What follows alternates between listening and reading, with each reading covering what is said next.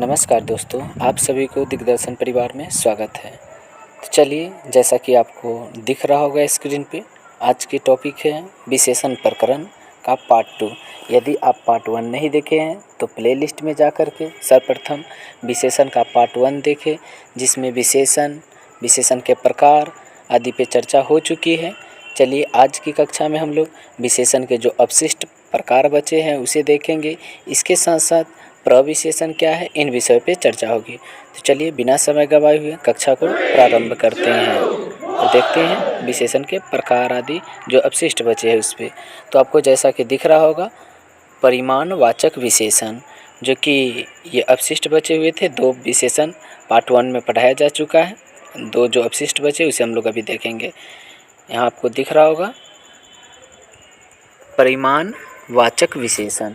परिमाणवाचक विशेषण जिस विशेषण के द्वारा किसी वस्तु के माप या तौल, यहाँ आप कर सकते हैं माप या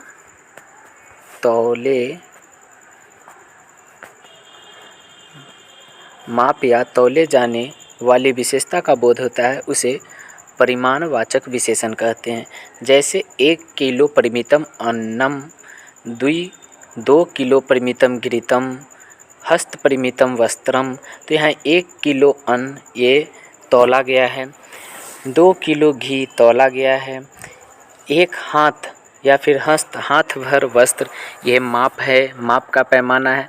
तो जिसे माप या तौल ले जाने वाली विशेषता का बोध होता है, उस विशेषण को हम परिमाणवाचक विशेषण कहते हैं। तो चलिए, ये परिमाणवाचक विशेषण रहा। आगे देखते हैं, शायद आपको ये समझ में आ गया होगा। इसके और भी उदाहरण आदि को आप देखिएगा पुस्तकों में। अगले विशेषण को देखते हैं जो बचे हुए हमारे। सार्वनामिक विशेषण क्या है यहाँ? सार्वनामिक विशेषण। तो यहाँ क्या हुआ है कि सर्व शब्द से ठक प्रत्यय होकर सार्वनामिक बना है, तो सर्वनाम का भाव को सार्वनामिक कहते हैं। यहाँ आपको दिख रहा होगा सार्वनामिक विशेषणम, जो सर्वनाम विशेषण का काम करते हैं उसे सार्वनामिक विशेषण कहते हैं। सार्वनामिक विशेषण संज्ञा शब्दों के साथ आते हैं। तो ये वैसा सर्वनाम जो विशेषण के रूप में प्रयोग होते हैं, विशेषण के साथ जैसा काम करते हैं, तो उसे हम सार्वनामिक विशेषण के रूप में जानते हैं। और सार्वनामिक विशेषण जो है वो हमेशा संज्ञा शब्दों के साथ ही आते हैं। चलिए, इसके उदाहरण को देखते हैं। देखिए, इसके सार्वनामिक विशेषण के उदाहरण कुछ यहाँ संस्कृत में भी हिंदी में भी लिखा गया। ये विशेषण हो गया ये पूरा, और इधर विशेष्य हो गया। तो यहाँ बालक की विशेषता बतलाई जा रही है, तो इसे विशेष से जिसका विशेषता बतलाई जाए वो विशेष से, और जिस शब्द के माध्यम से बताया जाए वो विशेषण होते हैं। तो अयम बालकः, यहाँ अयम जो है वो सर्वनाम है जो विशेषण के रूप में कार्य कर रहे हैं। तो अयम बालकः, यह बालकः, एषः छात्रः, यह छात्र, इयं बालिका, यह बालिका, एषा बाला, यह बाला, अस्मिन् नगरे, इस नगर में। तो ये जो इधर आपको जो सर्वनाम ये सब दिख रहा है, ये किस रूप में प्रयोग हुआ है? तो ये विशेषण के रूप में प्रयोग हो गया है। इसीलिए इस जो भी यहाँ आपको दिख रहा होगा, ये सारे विशेषण सार्वनामिक विशेषण के रूप में माने जाएंगे और ये सार्वनामिक विशेषण कहलाएंगे। चलिए, इसके बाद देखते हैं। तो अगला है हमारा प्रविशेषण। प्रविशेषण क्या कह रहा है?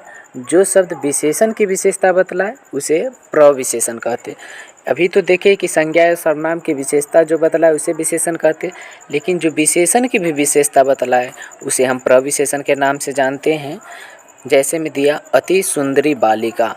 एक तो बालिका सुंदर है, बालिका सुंदरी है। यहाँ पे ये सुंदरी जो है बालिका, वो क्या है? बालिका की विशेषता है। लेकिन यह सुंदरी जो है अति सुंदरी है, बहुत सुंदर है ये। तो ये जो है ये किसकी विशेषता बतला रही है? तो ये सुंदर की विशेषता बतला रही है, उसकी सुंदरता की विशेषता बतला रही है कि सुंदर में भी बहुत सुंदर है। तो यहाँ पे ये बहुत शब्द किस रूप में प्रयोग हो गया है?